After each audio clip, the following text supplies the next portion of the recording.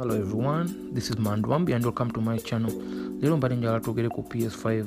I wanted to talk about like everything we know, buli kimu kyetumanyi so far, a release date, okujjaku maybe ne some of the games already ziri confirmed ezigenda obeera ku PS5.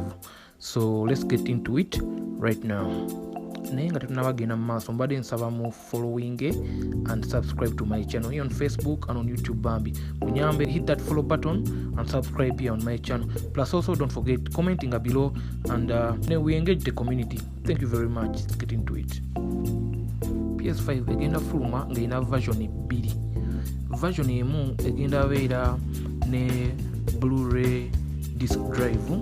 Endala version egenda beera digital version nga yo tezanya Blu-ray DVDs oba n'okuzanya hard copies. Yegenda beera ezanya digital version zokka, whereby the ones you download online. Naye nga specification endala zonna ng'oggyeko ekyo ekya drive, endala zonna bigenda sigala nga bye bimu. So njala tugendeko mu specification zikati nziyitemu kati ni mangu awo ngendeko ne ku game kize tusuubira ezigenda obeera bano console. PS5 egenda kuhavinga backward compatibility. This means that kigenda bakisoboka ku PS5 okuzanya game eza PS4 oba maybe ne PS3 oba ne 2 oba ne 1. Tetumanyi how far behind Sony jeri okuddayo naye nga kyo kya confirmingwa muno egenda beera backward compatible. Kati mbadde njagala gendako mu technical aspect ya PS5 ndage njogereko ku some of the technical components ezirimu ezikifuula ey'amaanyi. So njagala tandike ne CPU nga okujjako kwefaananyiza neya Xbox Series X ne PlayStation 5 ejja kubeera ne 8 Zen kwa CPU gyegenda okolesa PS5. Tegenda kubeera ku 3.5 GHz oba amaanyi gekolesa nga CPU. Sagala genda nnyo ezo details zaki naye kitegere eno CPU gye bali okukolesa eya 8 Zen 2 cores. Eno CPU ekolebwa company y'Amerika bagiyita AMD. Company ekola ezo processors ekolera gaming PC mabazanyira ku PC mujja kitegeera bulungi awo.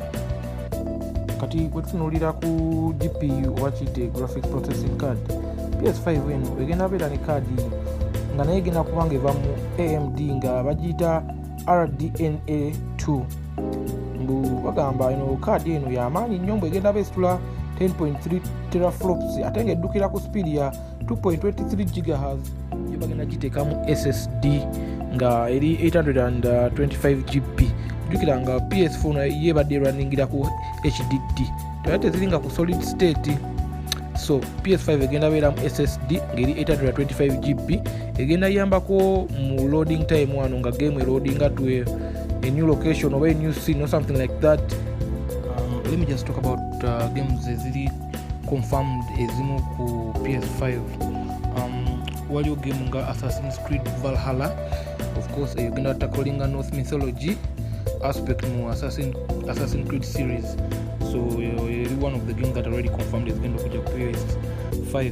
Waliwo Spider-Man 2 Miles Morales, of course ino siku ku Spider-Man ya fuluma mu 2018 naye gena takolinga oba the main character gena beera Miles Morales or the Black Spider-Man, basically Spider-Man omuddugavu. So check it out also.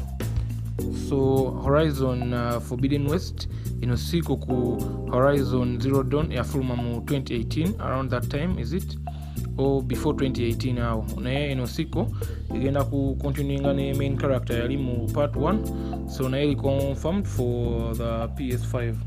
Kujjako waliwo of course games nga FIFA 21 yo mateeka tulina ogisuubira ejja naye ku PS5. Waliwo ne game nga Cyberpunk 2047. Eyo game y'amaanyi nnyo, it's an open world RPG first shooter naye badde mu development for a long time naye ekolebwa bagaaya abakolitako game nga The Witcher series. Bano bagaaya be bakola nno Cyberpunk 2047 nayo tugyesunze tugenda giraba. It's a very nice game. So there's game ezimu ku nnyingi eddala ennyingi eziri ku PS5 eziri confirmed ezigenda ofuluma nga PS5 efulumibwa.